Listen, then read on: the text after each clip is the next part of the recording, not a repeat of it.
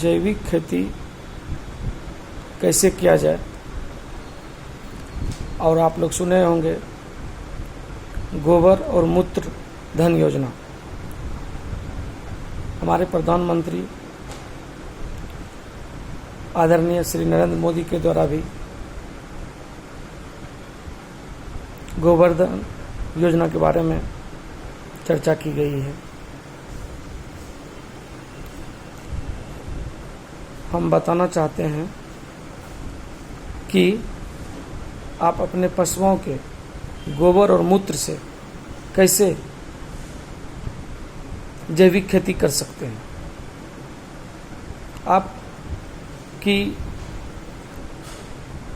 उत्पादकता भी बढ़ेगी और यूरिया डीएपी पे जो आप खर्च करते हैं वो भी कम हो जाएगा। सीधे हम उसके फार्मूले पे चलते हैं कि जैविक खेती कैसे करें। अगर आपके पास पशु है, गाय भैंस बैल बकरी है, तो आप बहुत सरल तरीके से गोबर के द्वारा उर्वरक बना सकते हैं। कैसे? आप ताज़ा 15 केजी गोबर, 15 केजी मूत्र, गाय भैंस बकरी जिसका भी मूत्र हो। अब मूत्र कलेक्शन करने में दिक्कत नहीं होगा। मूत्र कलेक्शन प्राय देखते होंगे मॉर्निंग आवर में, जब बच्चे को आप छोड़ते हैं, बाछा बाछी को, तो गाय पेशाब करती है, या उस समय आप पेशाब कलेक्ट कर लीजिए और उस पेशाब को एक ड्रम में रखिए। 15 केजी उसमें गोबर डाल दीजिए। 1 केजी पुराना कहीं से बाजार से या अगर घर में है 1 केजी उसमें शक्कर डाल दीजिए।